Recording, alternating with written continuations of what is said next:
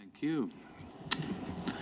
Now we'll move on to Professor Pava Mamidin, who will look into the effects of the tribals in this area, particularly what happens to those who are displaced by various types of development projects. The floor is yours. Thank you. Good afternoon, everyone. In the first place, I wish to thank Namita, my dear friend from Boston, for giving me this opportunity to present some of my research, a part of my research at least.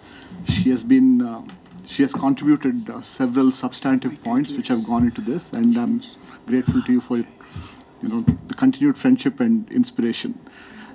I'm also grateful to Harvard Law School for having given me resources to conduct this research.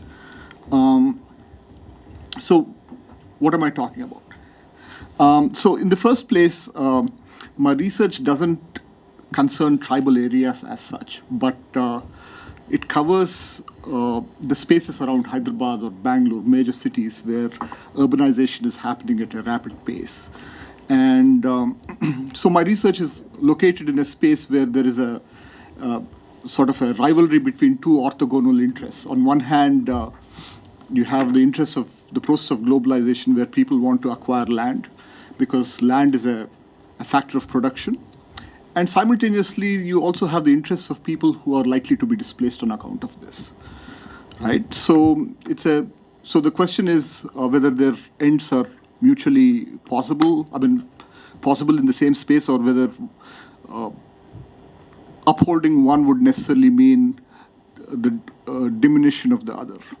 So as a quick, let me get down to the core intuition of what I want to talk about. So land is a very precious asset, and finding contiguous pieces of land for purposes of industrialization is very hard these days. If you want to go and find, say, 10 acres of land outside Hyderabad, it's very, very difficult. And one of the reasons why this is the case is that over a period of time, the population has increased, but land has remained finite, and therefore many more people own the same piece of land. And so there's greater number of small holdings of property rights. And so you don't have large pieces of land. But factories and industries and special economic zones are always demanding large contiguous pieces of land.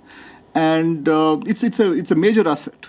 If you take, for instance, something like Infosys, a company like Infosys, it owns up to 900 acres of land given to it by different governments, and which at a conservative estimate of $1 million is equivalent to $900 million. And their land asset value is much, much higher than even their intellectual property rights, which is kind of paradoxical, isn't it? So, and they want to acquire more land, right? And one of the sort of challenges that they face is something called the holdout problem, which I'll get to shortly. So broadly speaking, there are two ways in which land can be aggregated for the purpose of industrialization. The first is the government takes over a chunk of land from these multiple holders of property and then transfers it to the private entity, ostensibly to the end of serving some public purpose. And the just compensation is supposed to compensate the people who are dispossessed. The alternative method is the companies go directly to the landowners, say the farmers, and try and purchase these small holdings, right? Now,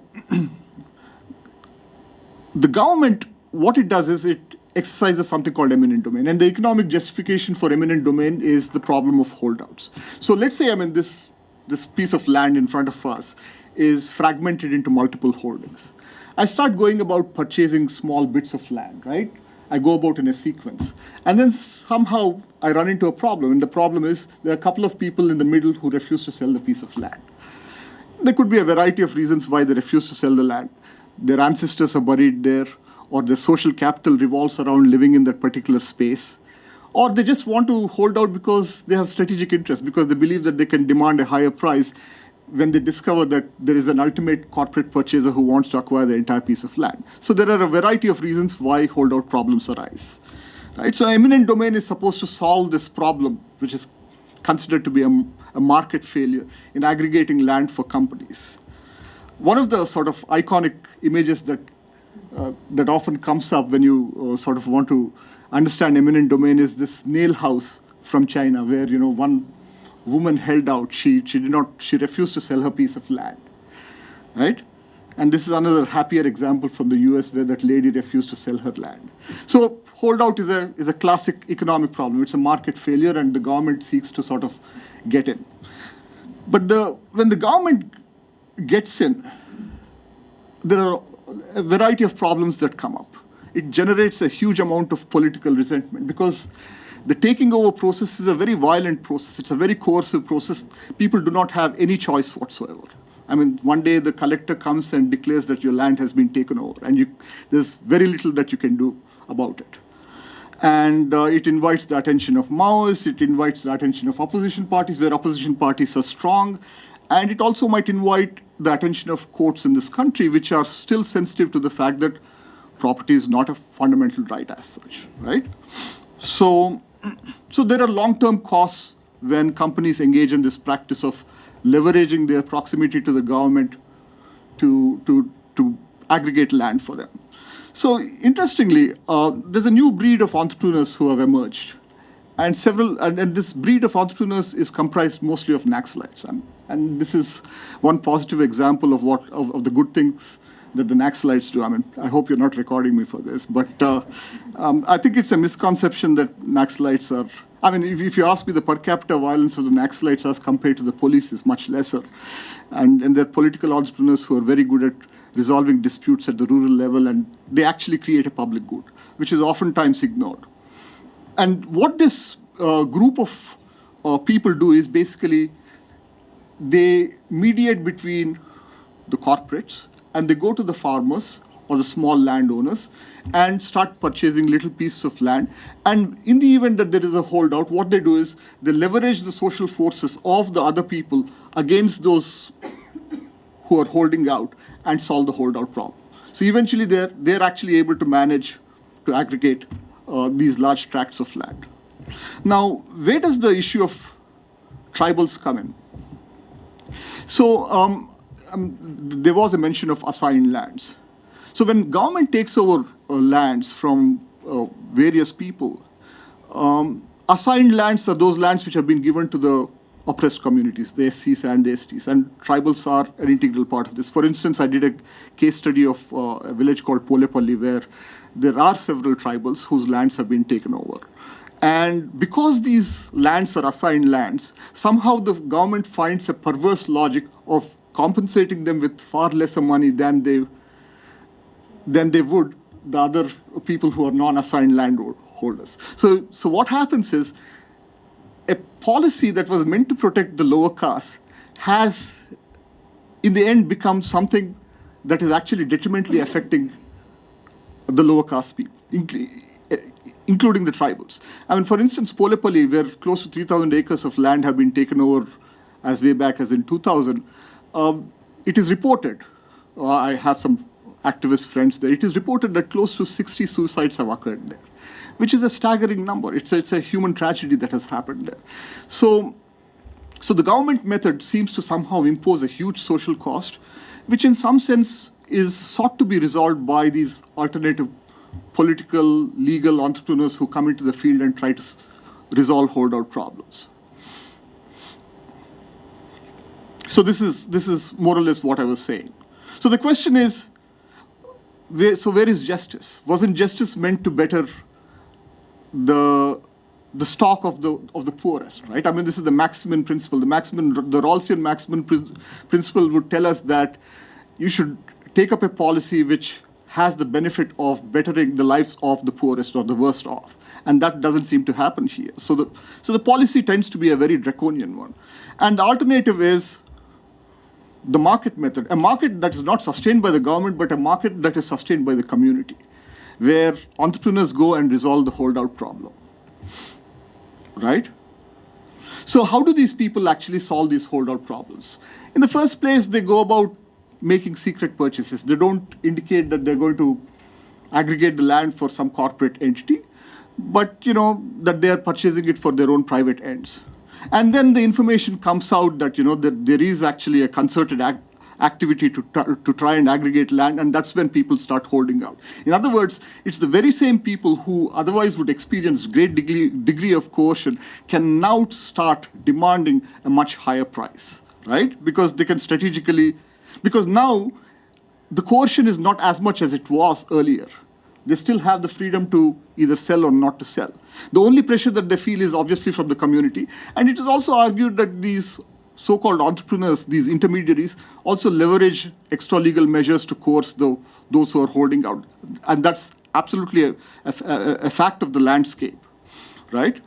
So one of the hypotheses that I started off with is that the experience of coercion by farmers is lesser in the small-town lawyers method than in the eminent domain. So it's a marginal improvement over the government taking over method, but nevertheless, it is an improvement. It still sort of gives a residual sense of choice to the poor people who can decide whether they are going to sell their land or not. Ultimately, what happens is their neighbors who are going to come up, their neighbors are going to come up to them and say, hey, if you don't sell this land, we are all going to suffer because of this. So it's a community pressure rather than a state pressure, which does not give you, which leaves you with very little choice as to whether you can sell your land or not.